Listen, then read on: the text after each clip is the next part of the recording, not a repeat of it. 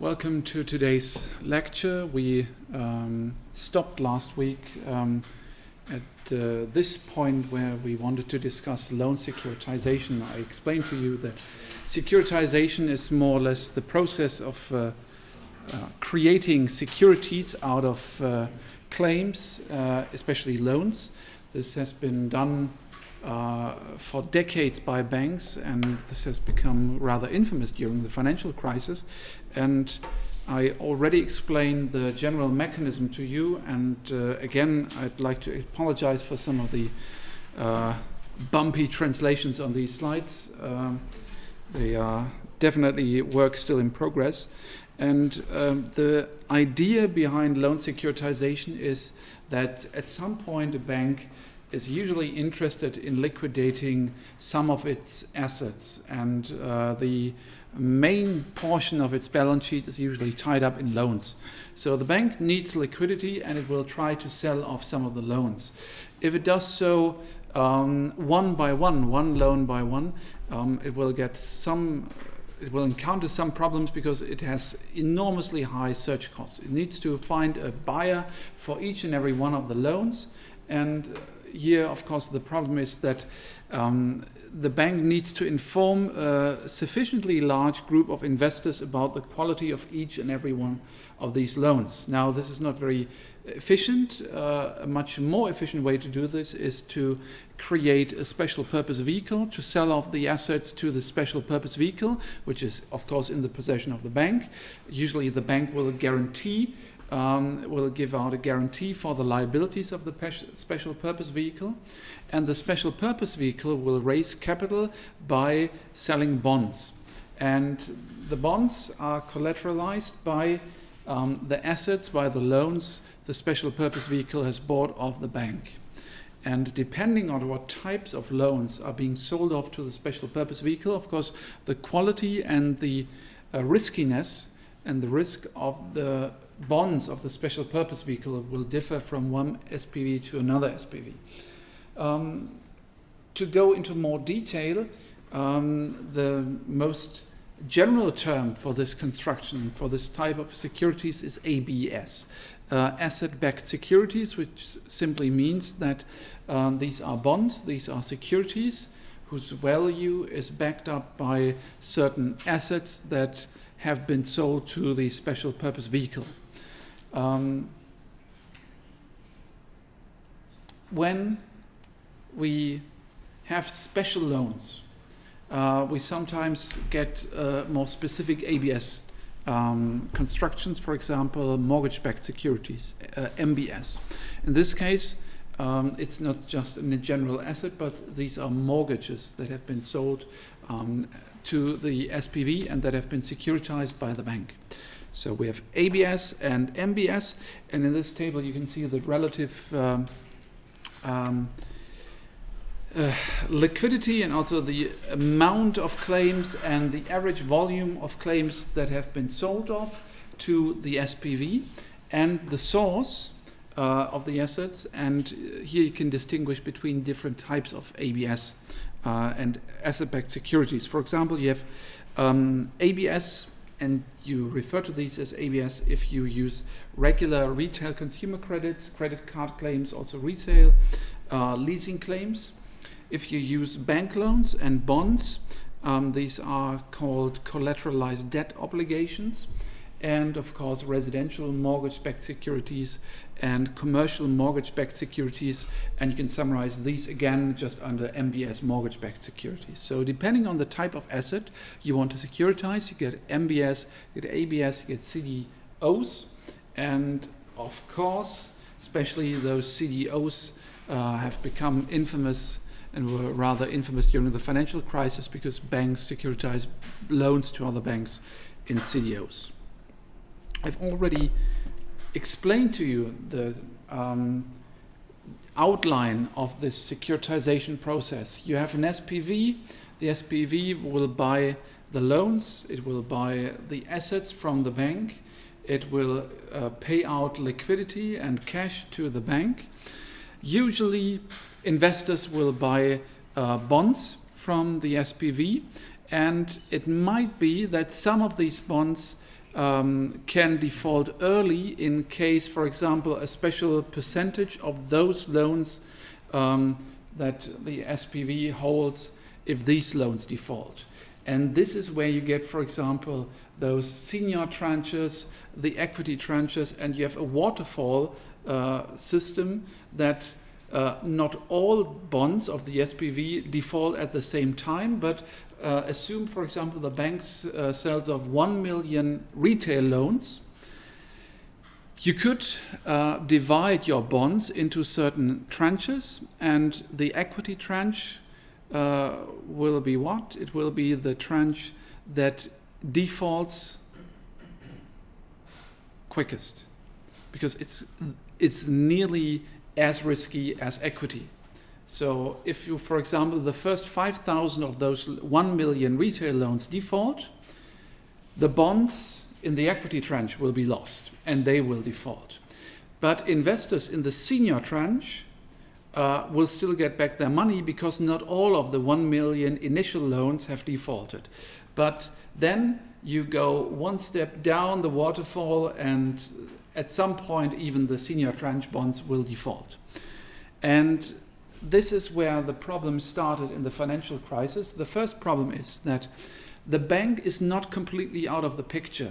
Usually the bank will give out some type of guarantee to make it easier for the SPV to finance itself and to raise capital. So the bank is not completely out of the picture, but it will have certain links to the SPV.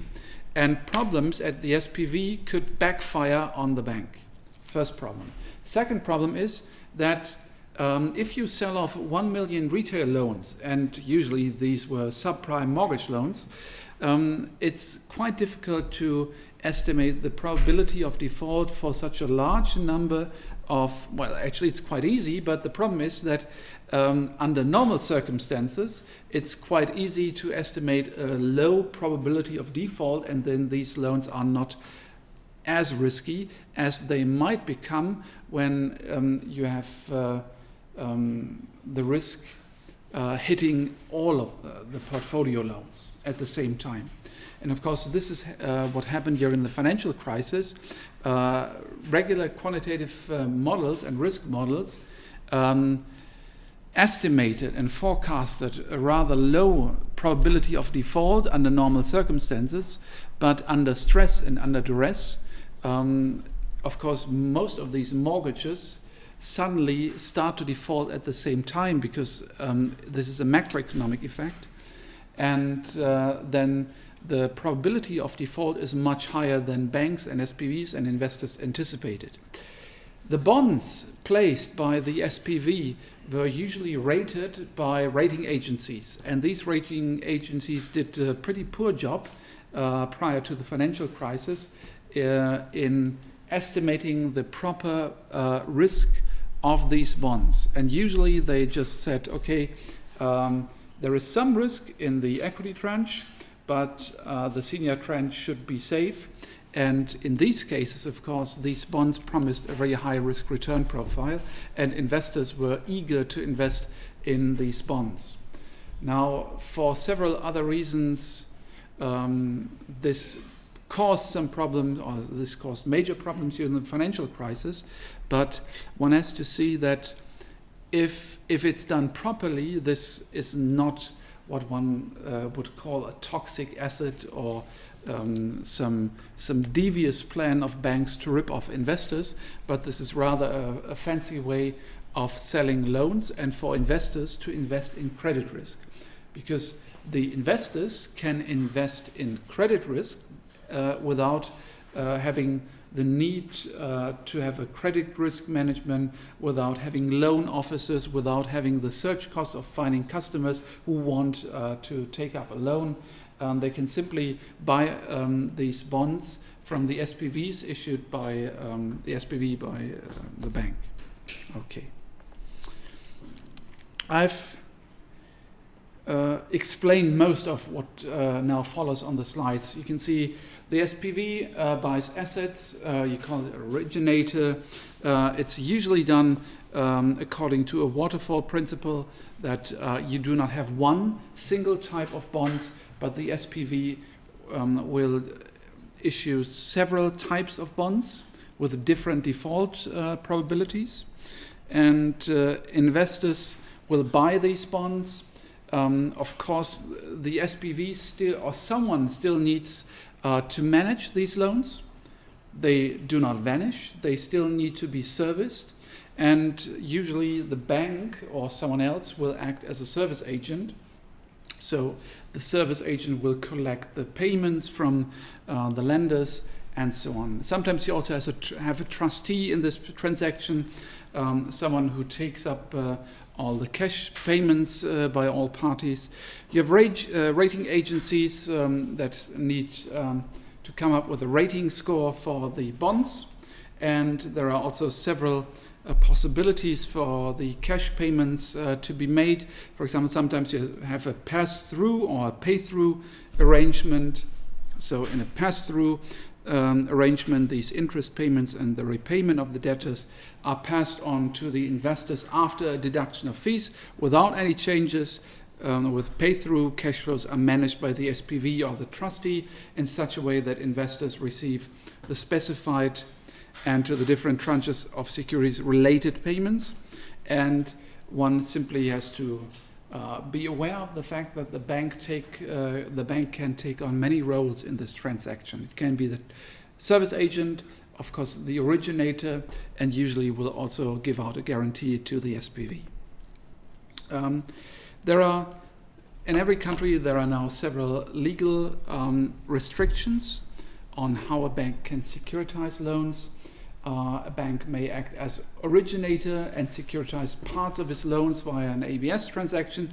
It can only be considered a trustee if it is not the originator. Of course, this doesn't make sense if the bank is everything: originator, trustee, service agent, investor. So it cannot be originator and trustee at the same time. It can establish the SPV, but the SPV may not be consolidated with the bank. This was also a problem in the financial crisis.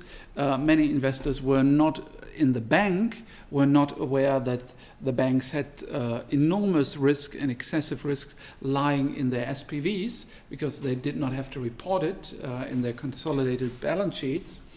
It can act as a guarantor through its special knowledge as a monitor, as a loan monitor. Banks can join forces to facilitate securitization, develop quality standards and lobbying, and a bank can buy ABS as an investor. Of course, this also happened during the financial crisis, and prior to the crisis, banks bought securitized loans from other banks. And this is how they got interconnected. Okay. Now, I've already pointed out the main advantages of a securitization transaction. Usually it's about liquidity. A bank needs liquidity, it requires liquidity, and it intends to sell off some of its loans. And the most efficient way to do this is to do this via a securitization transaction. Usually another advantage is that the SPV is located in headquartered in a tax-free or low-tax haven like Bermuda Islands, Virgin Islands, the Channel Islands, etc. And this is, of course, an advantage for the bank. You can read through the other advantages at home. Of course, it's also interesting for the bank because it can attract new investors.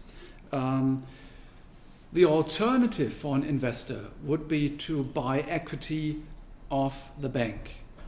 And if an investor in a hedge fund or a pension fund does not want to buy the equity of the bank, it could try to buy these bonds of the SPV of the bank.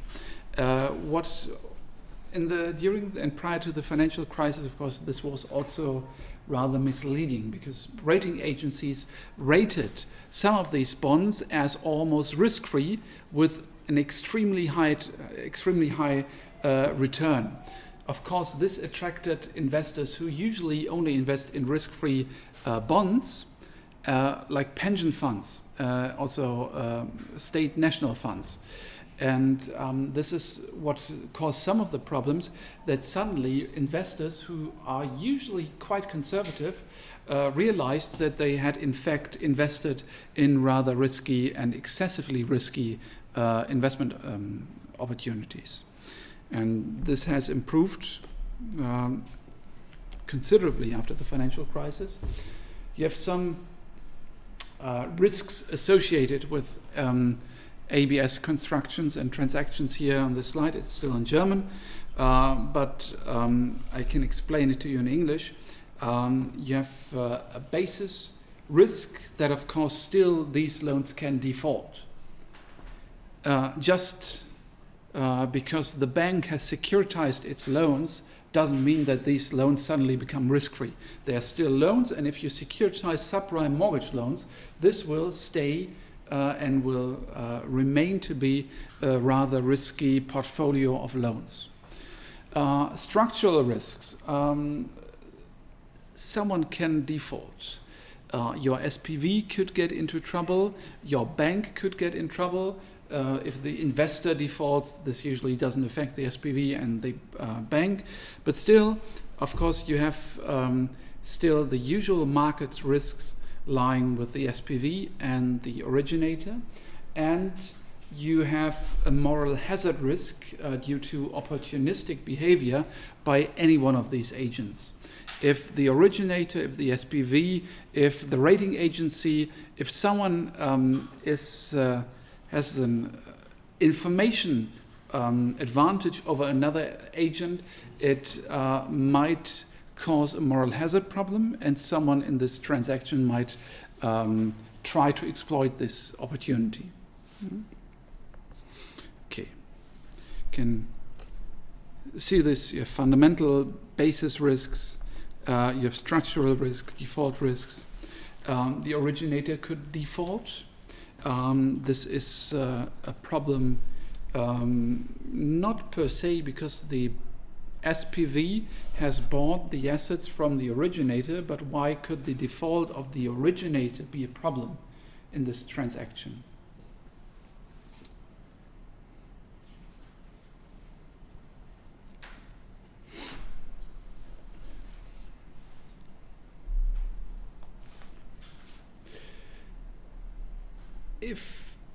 If the originator, if the bank is only acting as the originator, this is no problem because these assets are sold. They are not rented. They are not given as a loan to the SPV, but it's the property of the SPV. So this is not the problem. But if the bank acts both as the originator and a service agent, this is, of course, is a problem because the bank still manages the loans for the SPV. And you need to know that the SPV usually is just a mailbox company. There is no one really working on the Bermuda Islands or on the Virgin Islands for this company. So this is what one needs to keep in mind when thinking about the default of the originator. It's not the problem that the originator defaults, but it's a problem if the service agent defaults because there's no one left to manage the credit risk and to collect the payments. And you need to find someone else to do this. Structural risks. Of course, also liquidity risk. And this is what happened during the financial crisis. The SPV is often finances itself often on a very short-term basis. So it needs to issue new bonds every probably couple of years. And if you know that the loan portfolio is under stress and you have high default rates in your loan portfolio and suddenly the SPV is running out of cash and it needs to issue new bonds to refinance itself, what will happen? Well, investors will no longer be willing to invest in the SPV. The SPV will get liquidity a liquidity shortage, and what happens then?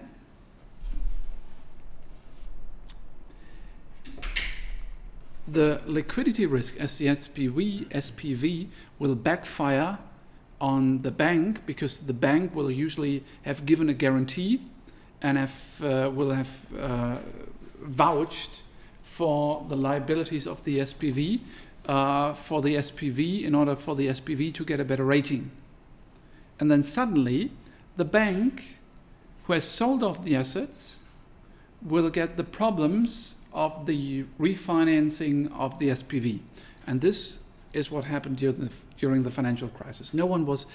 People could see that subprime mortgage loans defaulted rather heftily, and the SPVs of the large investment banks and the commercial banks got into trouble.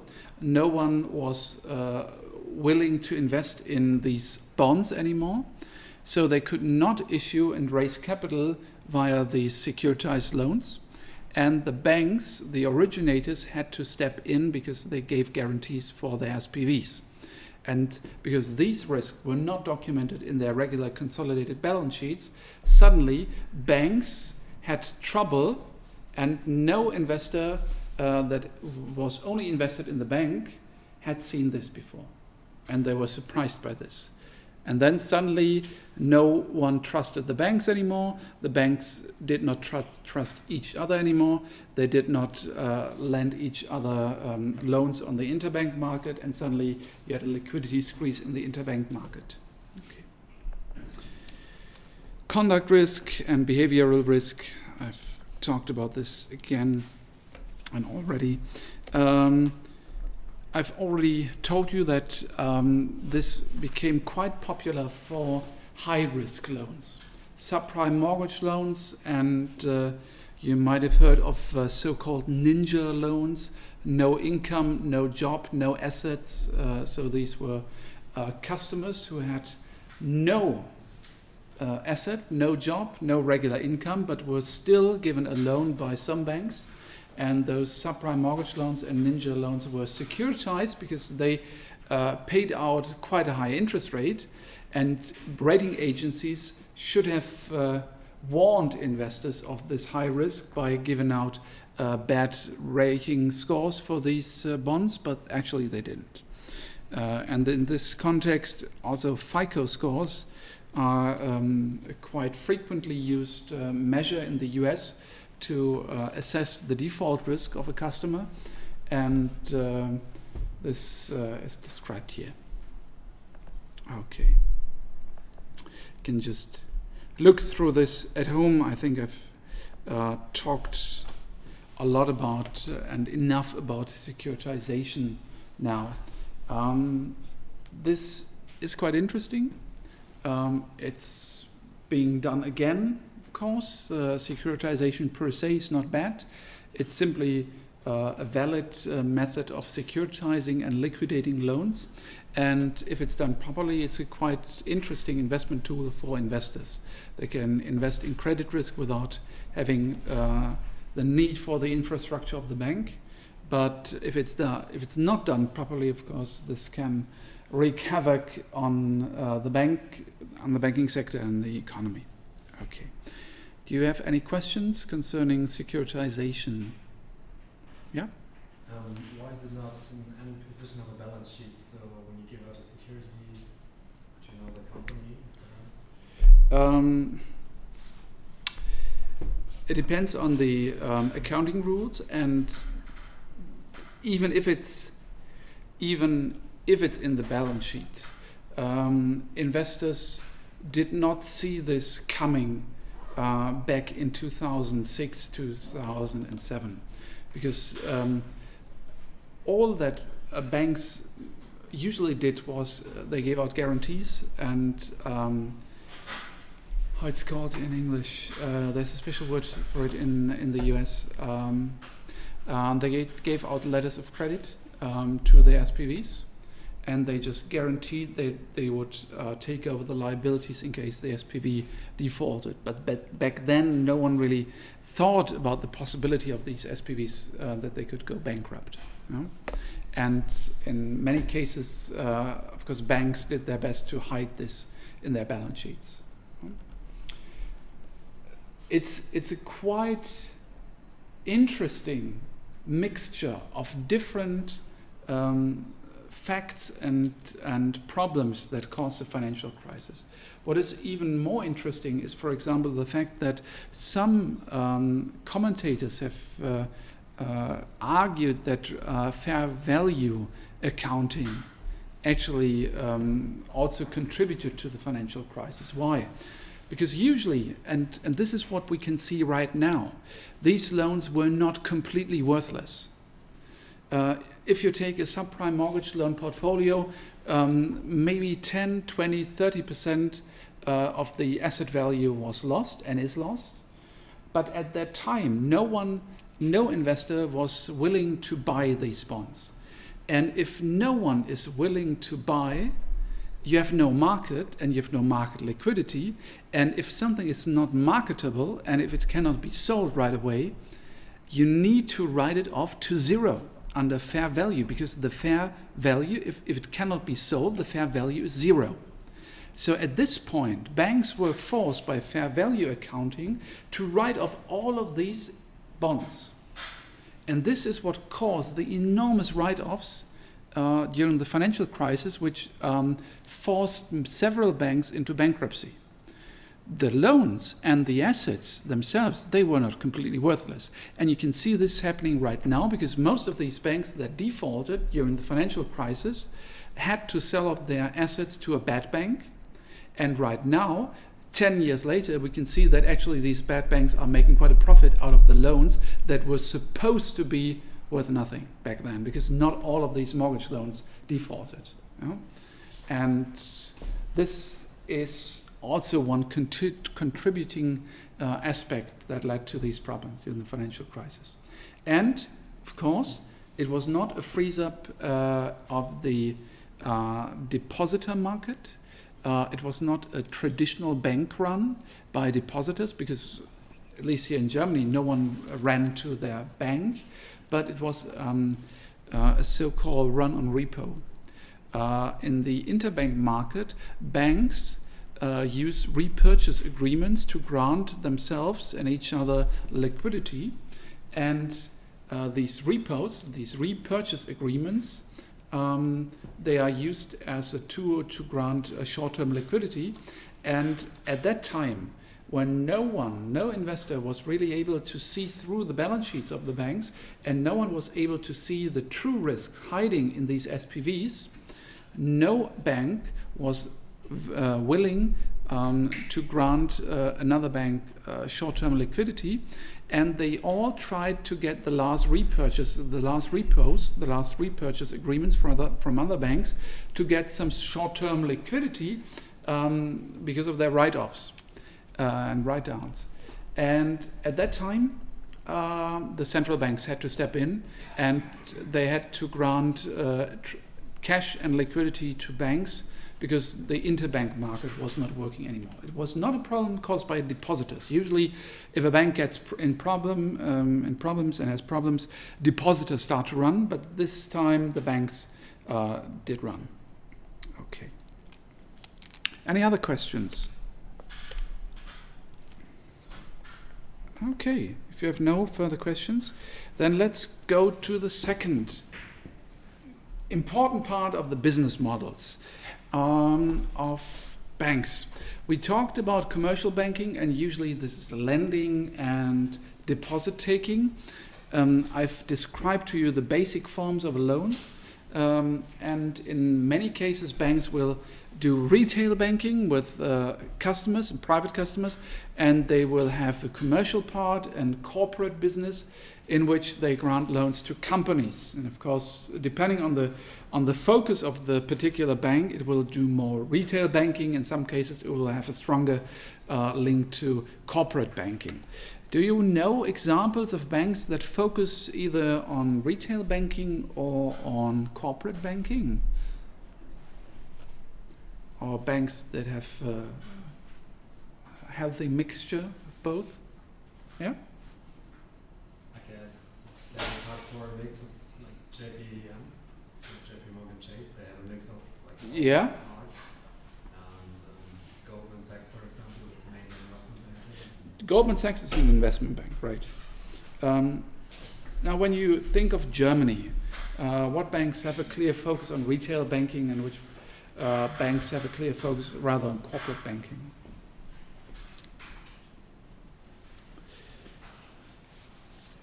Most large banks do both.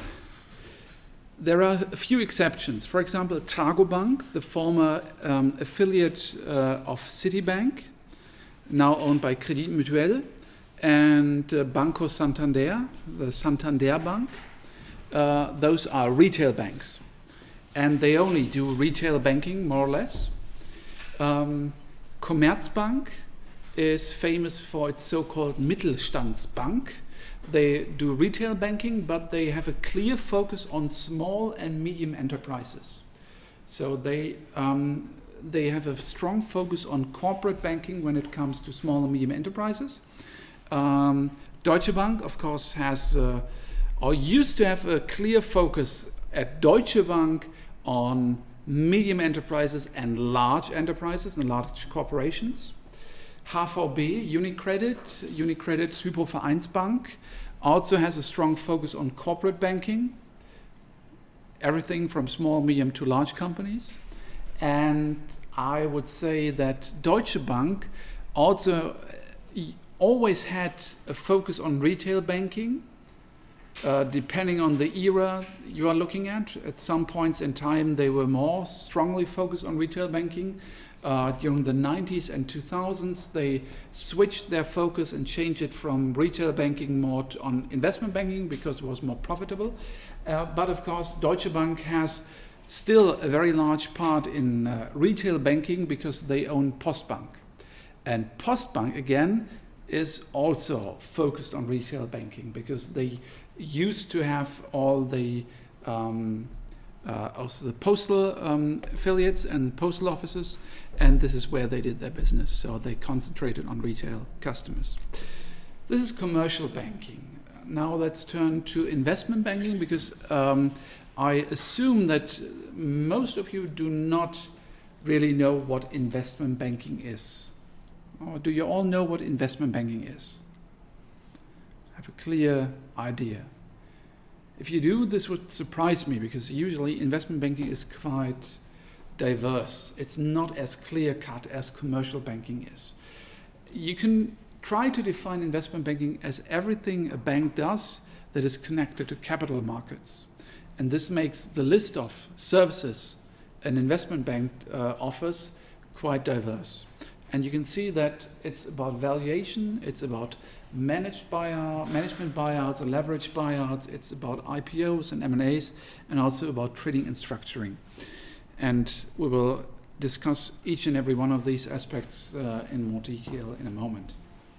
So we've seen that investment banking is the second large part in banking. And this division into commercial banking and investment banking is often reflected in the business structure and the legal form of these banks. Because in some countries you still have a strong and clear separation between between commercial banks and investment banks. In several countries, universal banking is prohibited, so you have to decide whether you want to engage in the market as an investment bank or as a commercial bank. By the way, do you know a similar separation of business segments in the financial sector? Do you know another example of a sector that is so clearly divided and in which you have some countries where you are not allowed to offer a full range of services to customers? I usually try to squeeze in these bits of information because we have a specialization in banking and insurance. It's insurance.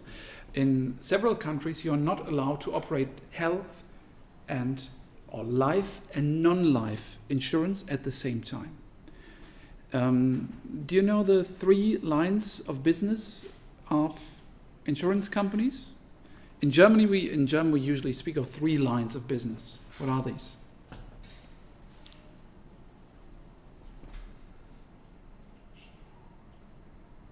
Yeah? In English? Insurances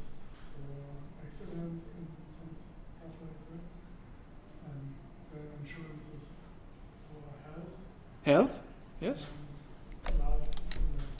Yeah. Life, health, and P&C, property and casualty. And usually this is non-life, and this is life. In the US, we have a distinction between life and non-life. And life usually encompasses what we in German further distinguish into health and life insurance. Leben, Kranken- und Sachversicherung. It's actually non-life is usually Sachversicherung, and property and casualty is Schaden- und Unfallversicherung. That's the German word, Schaden und Unfall. And under German law, you're not allowed to operate health and any other line of business in insurance within the same firm.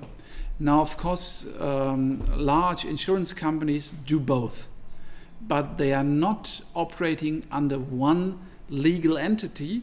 But for example, you have a holding company like Allianz SE, so it's an European stock company. You have Allianz SE, and you have several affiliates and subsidiaries, and you have, for example, Allianz Leben and probably Allianz Kranken, that's health insurance, and you have several subsidiaries that operate each of these lines of business and engage in each of these lines of business. So in insurance, it's actually the same. Do you know why this is included in German law, and why we prohibit the operation of both health and non-health insurance within one legal entity? Yeah? I guess everyone has to have a health insurance in Germany, so it's not allowed to. Yeah? No. It's a quite simple reason. Yeah? No, I have not on one side, and there are some knowledge aspects, because those subsidiaries would work against each other. Yes. It might cause moral hazard issues, but I guess the simple reason is that life and non-life are two completely different types of business. Life insurance, not health insurance, but our traditional life insurance, where you buy a life insurance policy. This is almost close to banking. You save money and you get back your money with interest later on at age 67. This is nothing else than the saving plan. You could also buy this from a bank. Health insurance, on the other hand, and non-life insurance is something completely different. You need to know biometric risks. You need actuaries. You need insurance mathematics knowledge. And this is why the German lawmaker says that because life and non-life are so completely different types of business, to protect customers, one company is not allowed to operate both lines of business in one legal entity. So they need to be separated. And it's usually customer protection. Also, if you ever do research on insurance, in empirical insurance, always distinguish between life and non-life. Never mix life and non-life insurance companies. Everything is different. Balance sheet is completely different. The business model is completely different. Life insurers are more closely related to banks, whereas non-life insurers are traditional insurers. And never mix the two. It will only get you in trouble. So, in many countries, investment banks only do investment banking, and they do valuation, buyouts, IPOs, M&As, and trading. Now, what is an investment bank? An investment bank is a financial institution. It's a bank that helps their clients with wealth management, raising capital, and trading securities, offering services related to capital markets. And in contrast to commercial bankings, they do not take deposits. And this means that they usually have no retail customers. All of their clients are companies and large players in the market. The business is much more upscale and professional than a small regional commercial bank, and it's usually just B2B. And this explains a lot. This explains why it usually is more profitable, why the deals are larger. It explains why investment banking is also so attractive to young university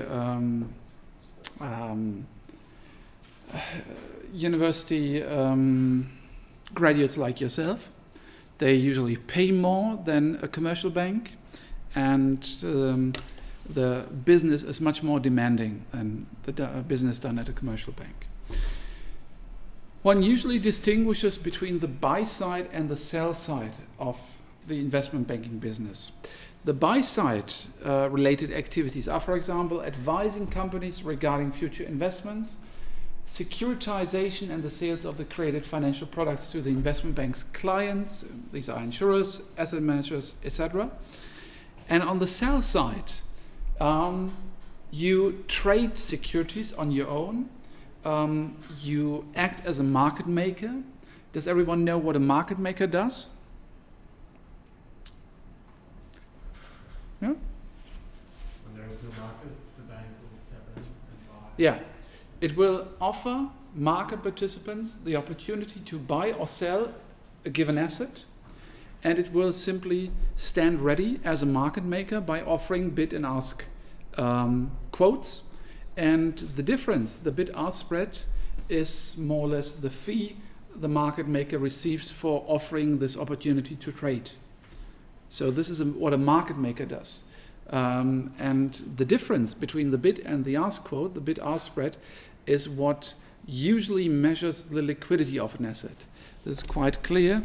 If, for example, you take the stock of Apple and the difference is just 1 cent, you know that this asset is much more liquid than, for example, with this pen. I would say I could buy it for 20 and I could only sell it for 5, and the difference, the bid-ask spread, shows you that this asset is not very liquid.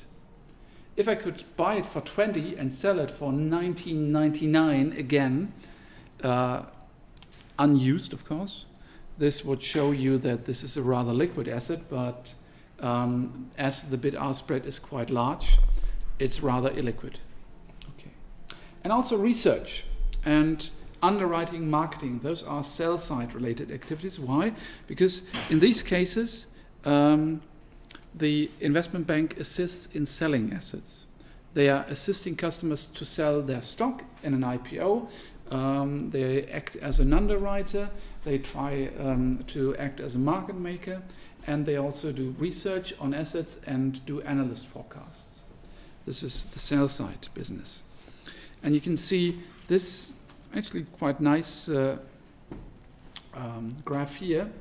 You have the public buy side. Here, the investment banks offers access to capital providers. It engages in sales and trading. It tries to buy and sell stocks on its own and tries to make a profit by exploiting price differences. And you have institutional investors here. And of course, this is the public side. And these institutional investors, they are in need of capital. They also want to trade. And here you can see, if you move to the left, you go to the private side, the sell side. Here you have companies who are in need of capital, and the bank, the investment bank advises its clients who are in need of capital how they can raise equity, how they can manage and do an IPO, how they can merge with other companies. And this is the private side. So this is done more or less in private between the investment bank and one client who uses the services of the investment bank. And this is the public side where the investment bank tries to engage with institutional investors who want to buy assets. Okay. And of course, this is also done here, the research, and here you try to advise companies regarding future investments. Okay. In most banks, not just investment banks, but particularly in investment banks, you have a definition and distinction between the front office, the middle office, and the back office.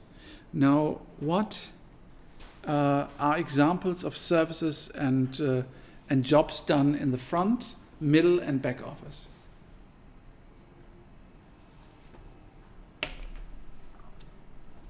Does everyone know the movie, perhaps the second one, Wall Street? Yeah? Everyone knows? Yeah?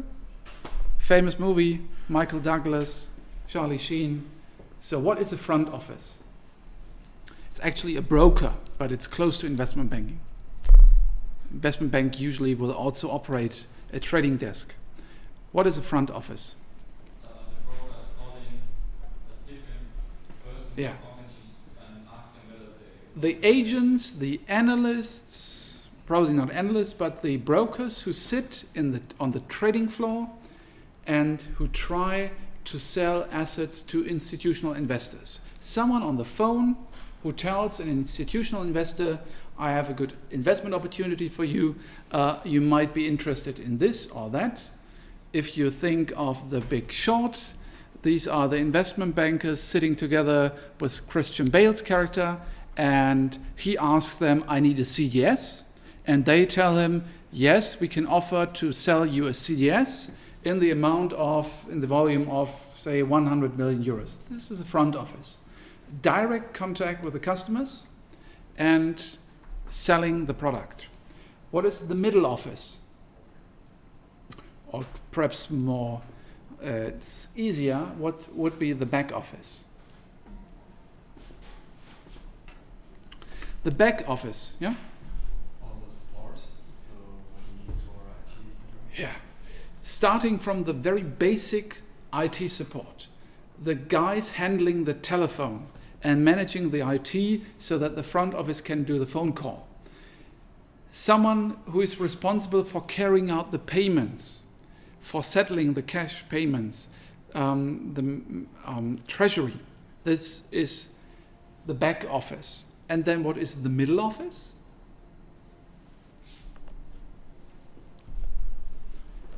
Everything else that is a little bit more sophisticated but does not have direct customer contact. For example, risk management.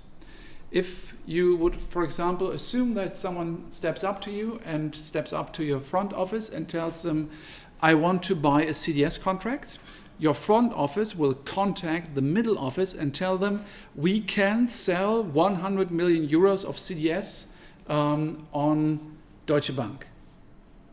And your middle office, the risk managers, will tell the front office, yes, we can do this. We can do this business. The front office will sell the contract. Risk management will calculate and estimate the risk and the return from this contract. And then all the details are passed on to the back office, who then carries out the contract. So the front office is the acquisition of potential M&A clients. Offer and structuring of financing opportunities, sales and trading, proprietary trading, brokers, also research and forecast analysts, research analysts who analyze the market and interact with customers and tell them, we think, for example, Facebook still has a lot to go and the stock will plummet, or Amazon is doing just fine, you can invest in Amazon, something like that. This is the front office. Middle office, usually risk management and portfolio analytics, corporate treasury, liquidity management, liquidity risk management. This is the middle office. So all functions regarding the supervision of the front office activities, and back office just technical control, IT, settlement, maybe telephones. Okay, this is the back office. Now, perhaps one of you has already heard of what is called a Chinese wall.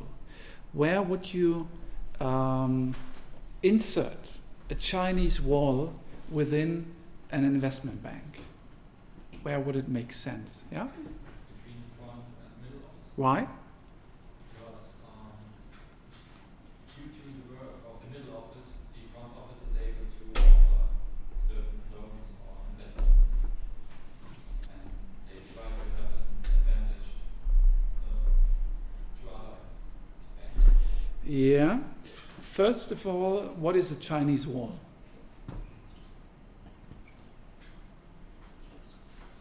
Something that you can share information. Yeah.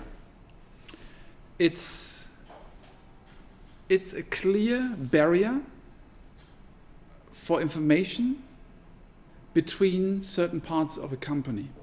That means that, for example, if you work in the front office, you're not allowed to discuss business matters with someone from another part of the company. And in many cases, there is a Chinese wall between the front and the middle office. Why? Because the front office, the main job of the front office is to sell contracts, to sell securities, and to sell. The middle office's job is to supervise the activities of the front office. Now, in many cases in which investment banks and brokers went bankrupt, in many of these cases, the middle office was not able to control and supervise the front office properly. Does any one of you remember the case of Barings Bank? It's a famous investment bank that went bankrupt. Yeah. There was a rogue trader Yeah. with two different accounts. Yeah. And on one of the accounts he had all the profits. Yeah. And on the other side, all his losses. Yeah. And so it seemed like he only made profits. Yeah. And he got new rights to have higher volume Yeah. trades. Exactly. Then an earthquake in Japan took Mm. place, I think. Yeah. And at this point he was no longer able to Conceal his it. losses. Yeah. It's the almost traditional way for a rogue trader to sink an investment bank or a broker. You have a rogue trader. The trader is not properly supervised. Usually he runs two accounts, one for profits and one for losses. Because he only reports the profits and is somehow able to conceal the losses, he gets promoted, he gets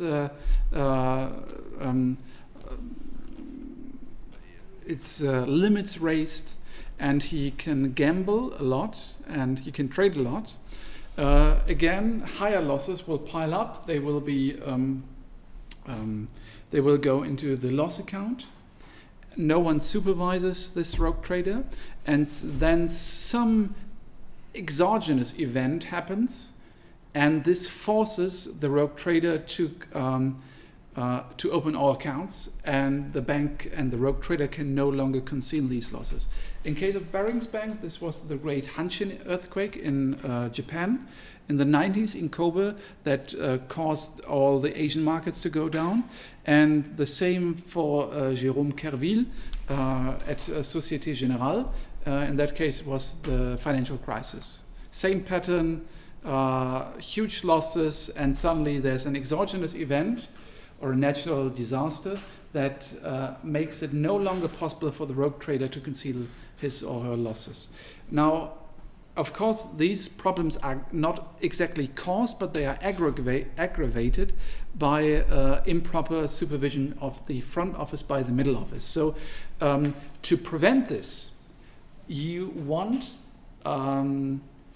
your front office not to be able to collaborate and, what's the word in English? It's unbelievable. I've forgotten about it, but it's used so frequently in connection with Trump. He not collaborated, but he colluded. Yes, if the front office colludes with the middle office, so you want to prevent this, and this is why you might insert a Chinese wall between the front and the middle office. Also, you might, and this is what this is actually all about, you might also want to insert a Chinese wall at this point. Why? An investment bank can advise its clients on many fronts. And imagine you are advising, let's make it a more realistic example, you are advising what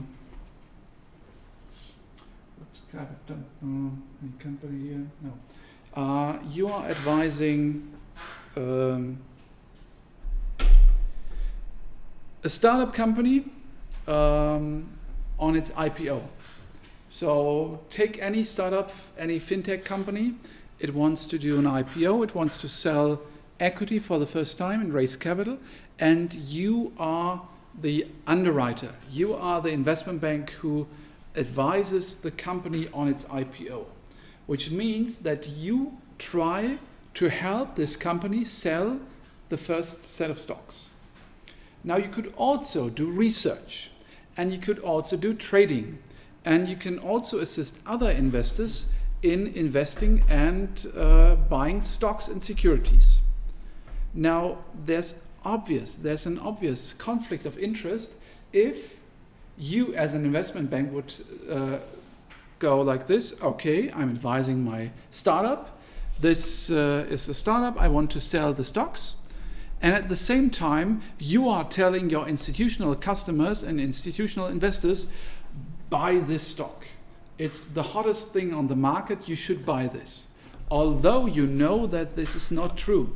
So there can be many conflicts of interests in case you are acting both on the sell side and on the buy side. And this is where usually lawmakers step in and prohibit the offering of all these services to the same clients at the same time. And of course, investment banks, the more prestigious ones at least, they try to prevent these conflicts of interest because they want to keep their reputation. And there's one extremely big conflict of interest that is not on the slide, but can you imagine a scenario in which an investment bank will have an immediate conflict of interest if it offers investment banking services to a client and customer?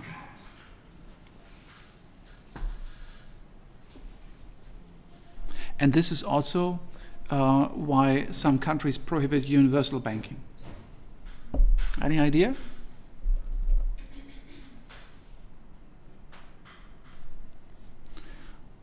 You are a commercial bank and you have a loan given out to, say, BMW. Now, BMW owes you 1 billion. If BMW defaults, that would be bad. You would lose $1 billion or 1 billion euros. Now, BMW is in trouble and it needs to raise its capital and it needs to raise cash. And they will sell stocks and bonds to investors. And an investment bank will advise the investors, oh yes, go and buy the bonds. It's totally free, it's a great investment opportunity.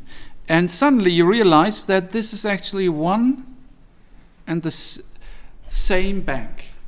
And if you operate investment banking and commercial banking under the same roof, you will at some point get a conflict of interest in a scenario in which you have given out a loan to a client and you are pushing investors and you are advising other investors to help this client in order to save your own loan. And this should not happen, and this should be prevented. And this is one of the main reasons why, of course, universal banking is prohibited or is restricted in several countries, because it's an immediate conflict of interest if you give out loans to large corporate customers, which you also service as an investment bank. And this can get quite tricky. There is one very interesting research article by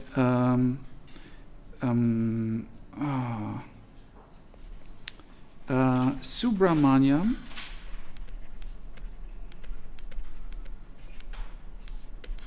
Tang,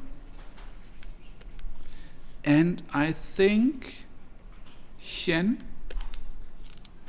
I'm not so sure. One of her names is definitely Xian.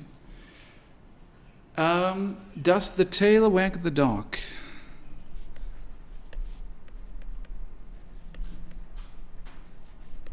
The dog.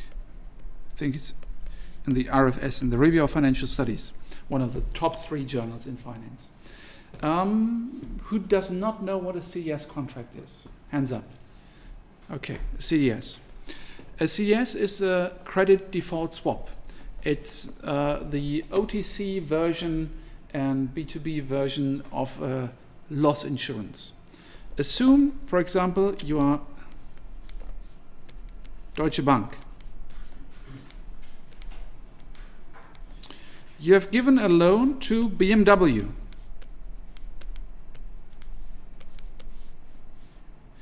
In this case, this could happen that if BMW defaults, you will lose your 1 billion euros. Let's assume it's 1 billion. Okay. Deutsche Bank suddenly realizes this is a too high credit risk exposure and we do not want this credit risk exposure. What could Deutsche Bank do? It could try to find an institutional investor who is willing to sell a CDS, a credit default swap. Now what will happen? You have an investor, or let's say we have an investment bank, another investment bank, could say Goldman Sachs. Let's make it more realistic. Let's say this is JP Morgan. And JP Morgan will pay 1 billion euros, and it will receive 100,000 per month. And the CDS contract is a contract that states that Deutsche Bank will pay 100,000 euros fee per month for assuming a contract duration of 5 years, each month for the next 5 years, and JP Morgan will do nothing unless BMW defaults. And in case BMW defaults, Deutsche Bank will lose the 1 billion euros from its loan, but the seller of the credit default swap has to step in and pay 1 billion euros to Deutsche Bank as part of the CDS contract. And this is why it's called a credit default swap. You swap credit risk. Someone is willing to take over credit risk, and someone else wants to sell the credit risk, and it wants to give away the credit risk. And it works more or less like an insurance. You know the main difference between a regular credit insurance and a CDS?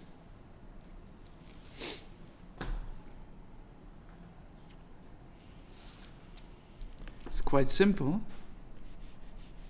In a credit insurance, you need to have a loan. You need this loan as the basis for the insurance contract. In the CDS, you can also write a CDS contract even if your counterparty does not actually has given out a loan to BMW. So for example, if I assume that you are close to default, no, that doesn't make sense. If you're close to default,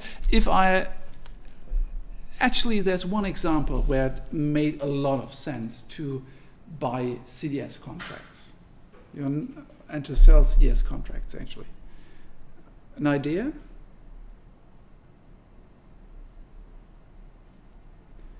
Greek sovereign bonds.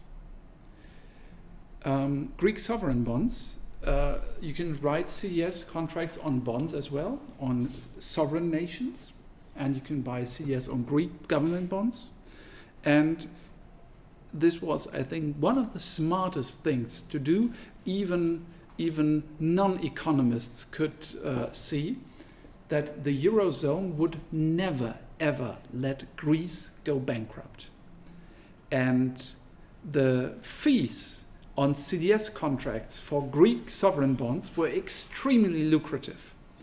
So what you would do you would, of course, as an institutional investor, and sometimes you can buy also retail products like this, you could simply write CDS contracts on Greek sovereign bonds. And for example, I would agree to pay 5,000 euros if the Greek state defaulted. And I would get 10% on my 5,000 euros. I do not need to use capital because this is an insurance contract. I do not need to have a Greek sovereign bond. And the other party doesn't need to have a Greek sovereign bond. And in that case, the CDS spread, this is the interest rate or the fee paid as compensation, the CDS spread was extremely high. I think it was 2-digit high. And this is very attractive, and this used to be very attractive even before the financial crisis, because you can invest in credit risk without having the need to give out a loan. This is exactly what is shown in The Big Short when Christian Bale goes to JP Morgan. He says, I want to buy credit default swaps for these mortgage loans and these securitized loans. He wants a credit loss insurance against these bonds to default. And this is how he makes the billions of dollars later on in the movie, because he asked investment banks to guarantee a payment in case these bonds are close to default. And this is the trigger event here, the default. Why am I telling you this? This paper,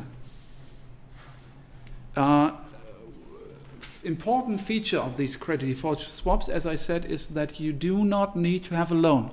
For example, first of all, CDS is an OTC contract, so it's not traded on a stock exchange, but if we are two companies, if we are two business partners, we can agree on such a contract on an individual basis over the counter in the OTC market.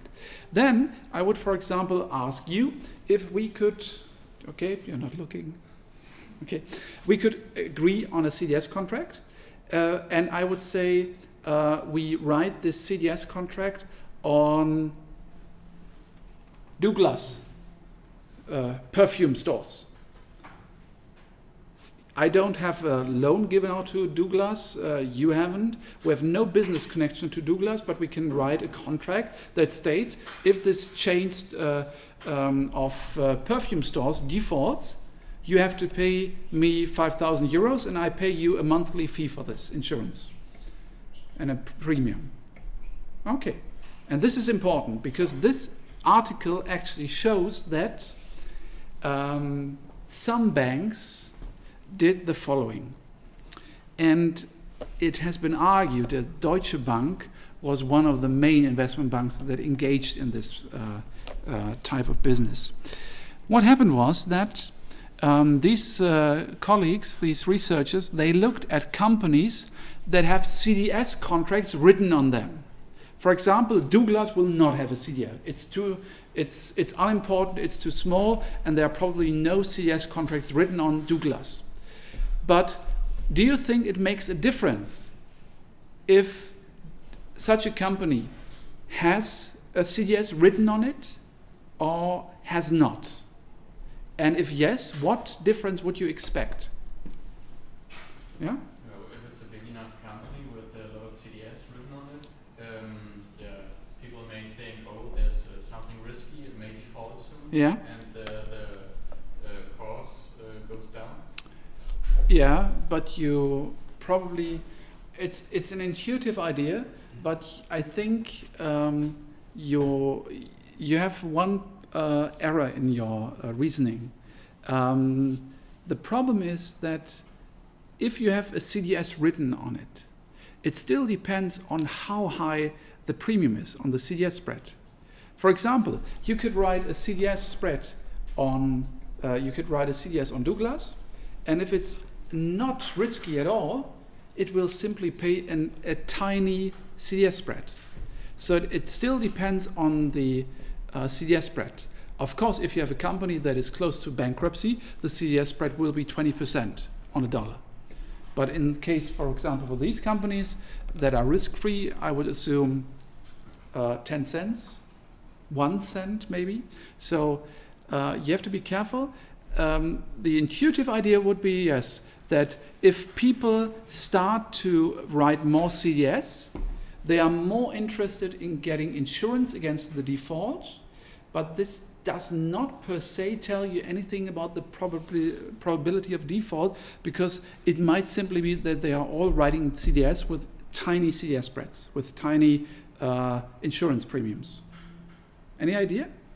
Maybe it shows the importance of the company to the system. Yeah, of course, it's caused by size. The larger the company, the more likely it is that there will be CDS written on them. It's actually quite more intricate what the banks did. The result is that if you have a CDS, this has led to a higher default risk, regardless of the fact that most of the sellers of these CDS didn't even have a loan given out to this company. So just the existence of a CDS has caused the default risk to rise. And do you know why? And this was what assumably several investment banks did during and before the financial crisis. Again, I'm a bank, and I have given out a loan, for example, to you. You're a medium-sized business, and I've given you 1 million euros in loan. Now, I could write and I could buy a CDS contract written on you in the size of 50 million euros. 1 million euro loan, 50 million euro CDS. It's an OTC contract. You're not concerned at all. And we now have a CDS contract. And you are willing to, and you've agreed to pay me 50 million euros in case you default. And I've given you 1 million euros as a loan.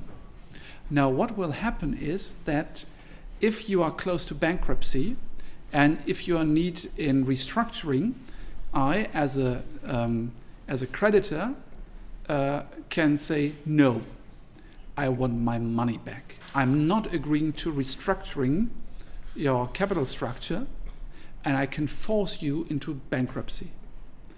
Why? Because clandestinely, I know if you default, my CDS will be triggered. I will lose 1 million, I will get 50 million, I make 49 million euros of profit. And this is what some of the investment banks arguably did. They had loans given out to companies and other banks, but they also, in the meantime, had bought a lot of credit insurance via CDS contracts. And this is the second big difference between an insurance contract and a CDS. An insurance company will only agree to pay back such an amount of money that goes up to the amount of loan you've given out. So an insurance company would never agree on a 50 million euro loss insurance. It will only insure 1 million euro of loans. And this paper shows that this can be proven empirically, and this is the so-called empty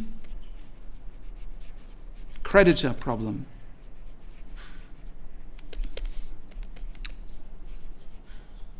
Why empty creditor? Because you are a creditor with the rights, the same rights as any creditor, but you have no stake in the game. You have no risk. And you can force a company into default if you are not willing to restructuring. And you still keep the same rights as a debt creditor, but you suddenly have no exposure because you have a credit insurance. This is an empty creditor problem. Okay. Yeah, did the banks that work as the creditor in this case somehow disguised all the things they did? Because there was no need to disclose this. The CDS market was extremely opaque before the financial crisis. This is an OTC market, and there were no disclosure rules for CDS contracts. And why would someone sell a CDS like this to them? I mean, they have 50 million loss at the end. Wasn't that obvious for them? Well, the same goes for the other side. They were expecting something else, and they were probably not aware of the power the banks had when it came to restructuring some of these companies. And the banks were willing to pay a high fee, and most of these investors thought that they were making a quick buck. So this actually happened, and this is the empty creditor problem. The CDS market is quite interesting also because CDS spreads are an extremely good proxy for the default risk. If I would ask you, how would you measure the probability of default of a company? Back 10 or 15 years ago, one would need to use corporate bonds, because from the valuation of corporate bonds, you can derive the probability of default, at least the market's idea of the probability of default of a company. Credit default swaps are much better suited to proxy and to measure default probabilities, because they are only used for ensuring credit risk. Bonds are also an investment vehicle. Okay. And CDS contracts have been used quite frequently in the literature to measure default probabilities, and of course the major counterparty in this market was AIG, American International Group, the world's largest insurance company. And when the CDS market went down in the financial crisis, AIG, the very first insurance company, had to be bailed out, not because of its insurance business, but because of its role as a major counterparty in the CDS market. And this has left a strong mark on the insurance business, even almost 10 years after the financial crisis. Yeah. Is there any value added to the real economic system? Yes, there is. Markets are more complete. It's an additional investment tool, an additional investment instrument, and if these, in case it's transparent, in case the problem of counterparty risk is solved, in case everyone knows what is going on, of course this is quite a sensible tool. And this is also something I try to tell non-economists, because usually this is the same argument that usually pops up when it comes to derivatives. It's a credit derivative. It's a derivative financial instrument. People start asking, what is the use of all these derivatives? Why do you need to use derivatives? Yeah, you are only using derivatives to speculate on food and trying to make Africa more poorer and stuff like this. Derivatives are risky, no question, and credit derivatives are also quite sometimes quite complicated and also risky, but they all lead to making financial markets more complete.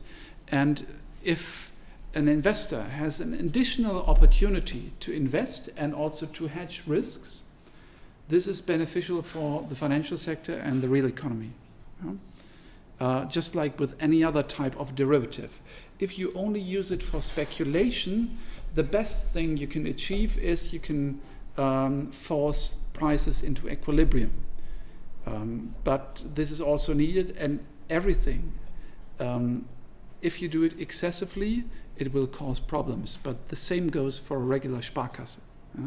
If your savings and loan association suddenly starts giving out free lunches and excessively giving out loans to lenders and to customers who are not creditworthy, this will also create problems.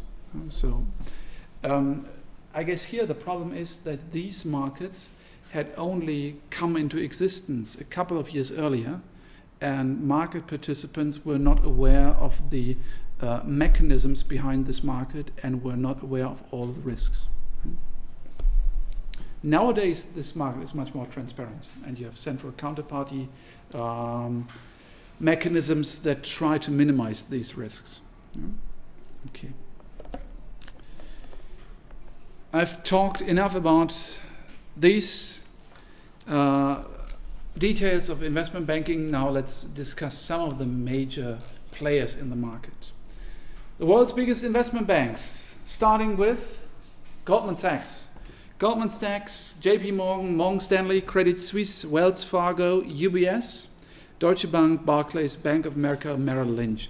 As you can see, some of these banks have been formed via a merger of a former commercial bank with an investment bank, and this is mostly due to the fact that in the financial crisis, investment banks were not able to get a bailout from the US government, and only commercial banks were allowed to apply for TARP bailouts.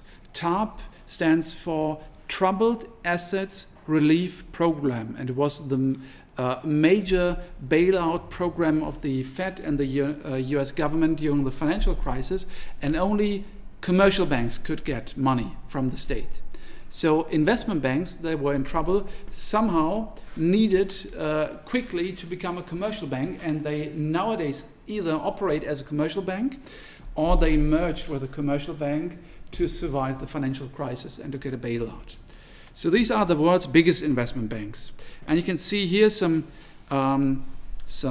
figures from the income statements of the top 10 investment banks back in 2014.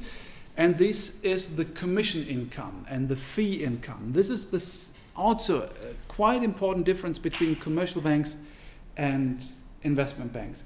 If you take the income statement of a given bank, and if you see interest income, it's from commercial banking.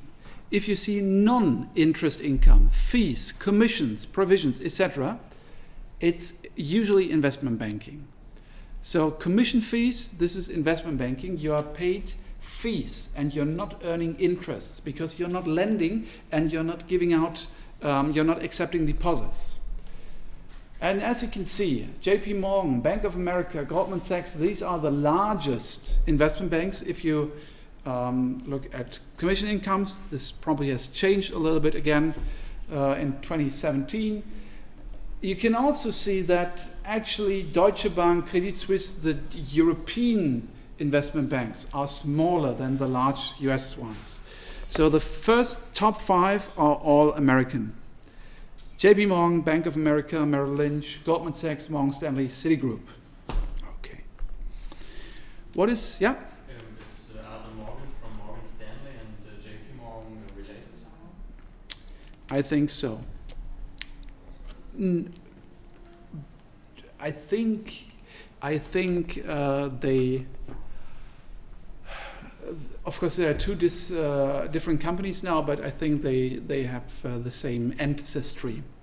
And all of these banks were founded in the usually 19th century in the US, and at some point some parts split up and formed a new company. Yeah. What is a boutique investment bank? A boutique investment bank is an investment bank that offers only one or very few selected services, or not the full range of services. And sometimes a boutique investment bank will specialize on certain services, for example, just IPOs, just M&A, just trading, or they will specialize on certain sectors, for example, just automotive sector, just in a certain retail sales business. And then you have boutique investment banks, and there are some so-called elite boutiques. Boutique investment banks that are quite small, but they have a very high and very good reputation when it comes to the services they offer. For example, Evercore, Greenhill, Catalyst, Lazard. These are boutique elite investment banks specialized on few services they offer. Okay. Now, this is just a quick recap of the major players in investment banking, and I think next week we'll discuss the different services investment banks offer. As you can see, it's mostly about valuation services. You try to value a company. You try to sell equity in an IPO. You offer services when it comes to a merger or an acquisition. And you trade and structure finance instruments, and you try to sell these instruments to institutional investors, and you do some research. These are the main services an investment bank offers. Do you have any questions? Okay, then thank you for your attention, and have a great evening, and remember to bring me the evaluation leads up front. And yeah, thank you, and see you next week.